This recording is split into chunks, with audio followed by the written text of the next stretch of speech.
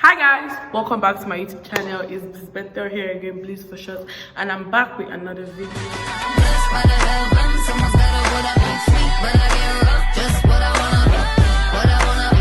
Guys, this is a video of how I outrightly called out, shunned, as in I called out this man of God that was on the altar because he was just being a very fake fraud. Like, this is a video of how I called out this fake pastor, and I'm so proud of myself because I'm so done with people trying to manipulate others all in the name of God and all in the name of service and all in the name of all of that stuff. So this is what happened. I went to my church for a program. It was a program that my church hosted. So the main host of the shows brought other people. They invited people, invited choir members, everybody, all of that stuff, and it was a musical program where you come to sing. If you've been to our church charismatic or Pentecostal, if you've been to Pentecostal churches, that's how they do all their programs. They invite people from different places to come and sing. Towards the end, the host came up and told us that, oh, there's one person that's going to come and pray for us, and then the program is going to be over nice, quick and easy. And I was like, okay. It was already after 8 p.m. exactly. After 8, the guy came. If you attend a lot of Pentecostal programs here, let me tell you, this is what happens all the time. Whoever they invite comes looking all assistant Jesus Christ. They like show off. I don't know, but it's church, but people like to show off a lot. They want to wear suits, they want to do this other, and it's cool if you like to dress, but I don't know if you are a show-off person. I don't know what your problem is in this life. So this guy came with this mustard yellow outfit. The front was designed with something. It was nice, by the way, don't get me wrong. Then it was the accessories that killed me. He came with this big cross. I used to believe there's only bishops that were allowed to wear those cross, but nowadays I don't know. Everybody's wearing it, so I don't know. He came with this really big cross on his neck, gold what's the thing? Gold bracelet, and then he came with a very weird ring on his finger with one kind of shoe. What's that shoe like that? I don't even know what the shoe. When he climbed up, he started talking, and then he started mentioning how some things he had done. So he told us that he has a duplex in Lekki, and that the duplex was okay. This is how he got the duplex. He said that he met two beggars on the road while he was driving, and then he parked the car and asked them, what do you want? One of them told him that they wanted money, so he took out 20,000 naira and he gave them. The other one told him that he didn't want to beg again, and then he stepped on the guy's foot and the guy was walking. Okay, God does wonders, Abi. No wala, we believe it. But common sense is like, let me just take this observation for later. Second thing he said was, as he was talking to the beggars, a man came to tell him to move his car from the road because he was obstructing other people. As the man came, the man was standing beside him. He now told the man that, sir, your manhood is not working. The man now said, how did you know? He said, I'm a man of God, I know so many things. And then he now touched his own manhood and touched the man's manhood, and then collected the man's card and left. The next day, the man called him and was like, sir, I want to thank you so much. Oh, how will I repay you? My manhood is working. Yeah. Then the man now gifted him duplex in Lekki. As per that's how people have houses to dash. Like, it's so easy to just stand up my own hard-earned money.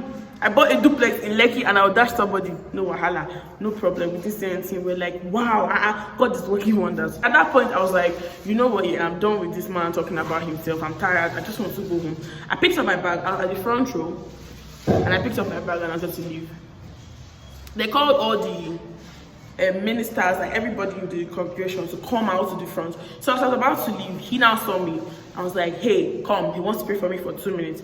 In my head, I'm like, if you're here to act magic or to do this magic trick, I'm not down for all of this, and there's no how in heaven am I allowing you to do this. Then the man looked at me, and then he was like, okay, who here has pain? That somebody here has pain and they've had the pain for a long time now, they've taken drugs, it's not working, all this long talk. And then one lady came out and she was like, yes sir, she has pain on her back and it's not working, nothing is going on. And then she wears glasses too. So she was like, can I see your glasses? She gave him. He was like, oh, they're beautiful. He now gave her. He said, ma, check for the pain. She touched her toes. She did exercises. She was like, The pain is gone. People were like, oh my God, wow, Jesus Christ. It's still cool though. I've not judged anybody, nothing. He now said, somebody now made noise in the audience because everyone was quiet. Somebody now made the particular noise. He now asked the person, do you want me to transfer this pain to you? God used to transfer pain. He now told him, okay, give me your glasses again. She gave him, he looked at it like, they're very nice. Take it. He gave her back. The woman almost fell down. That the pain has come back. It's so unbearable. She can't take this anymore. Oh, what? He collected her glasses again and gave her back. And she was like, I can't feel any pain. The pain is gone. Do you know that? See here, once somebody starts to talk about what they've been doing for other people, especially men of God, just know that that man is a fake. Because when you don't talk about God and then they're glorifying themselves, it's like complete red flag ground. They're going to eat all your money because half the time they're always fraudsters that just want to do so many things, and most of them actually do use jazz. In case you do not know, a lot of them actually do use juju, voodoo, I don't care, black magic, anyhow I want to put it. He now looked at me and said, do you know why I called you to pray for you? I said no. And normally, if you know me, I'm not even down for all of this. Like, I'm not even your friend, so I would not normally smile with you. I was like this.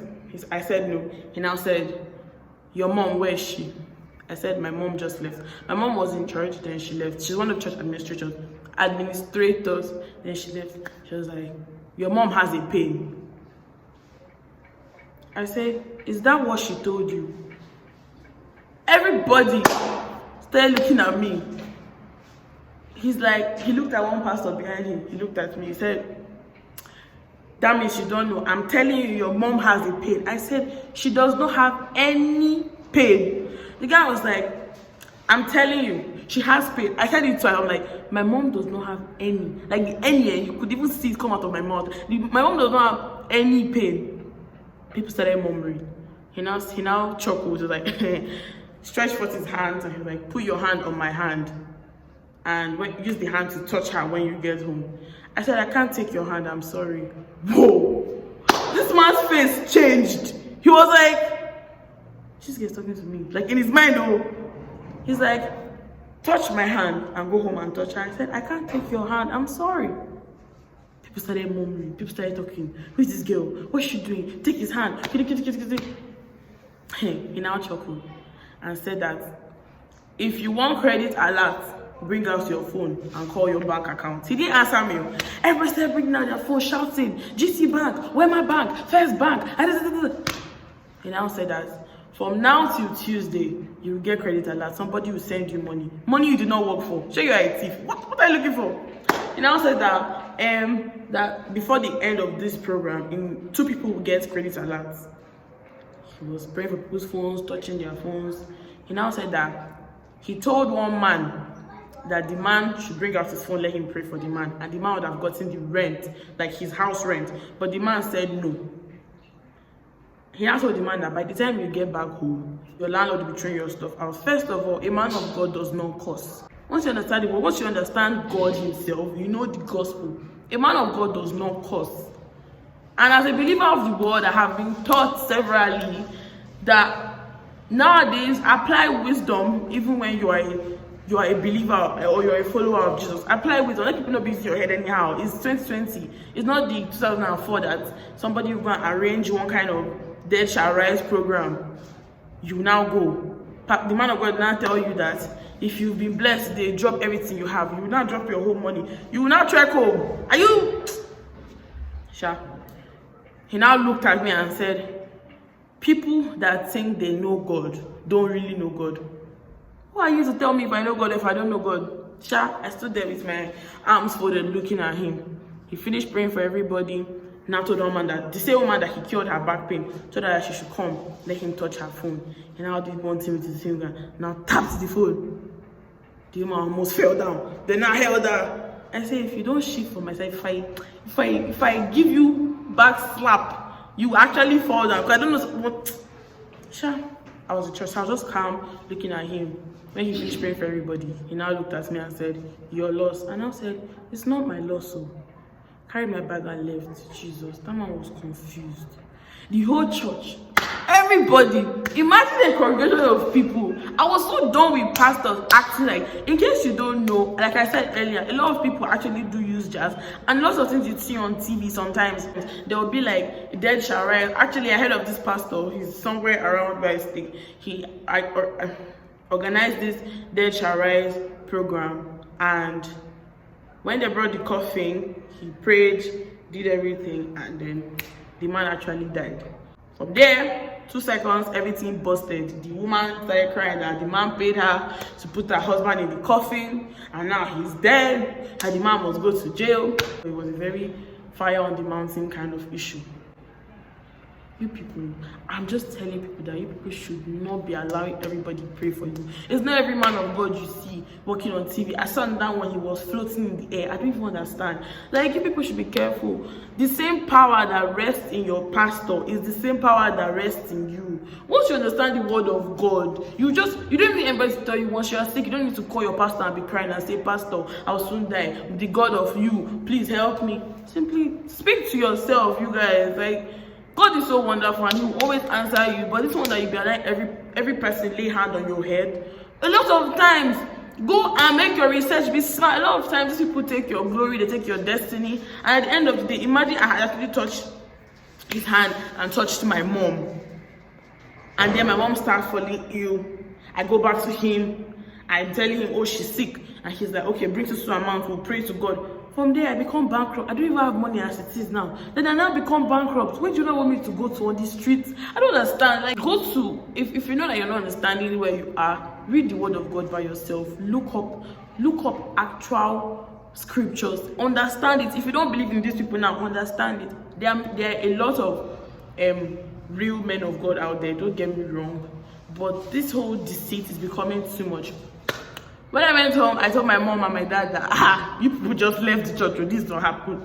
They were like, oh my God, I'm so proud of you. That was a very nice thing to do. As the man's face was like, this guy's talking to me, like, how? Anyhow, I'm very proud of myself because I don't really care. Even if the congregation was 3 million yesterday, I would not, like on Sunday, I would not even have allowed him to touch me for no reason. For a person that grew up in church, I know that a lot of these people actually don't serve God like they put it. I love you guys so much. Thank you for watching. Please do subscribe to my YouTube channel. I was so excited to tell this story and I finally did, and I'm just happy. So bye. Oh, my nails are so cute. Ooh, Valentine's mood. Bye guys.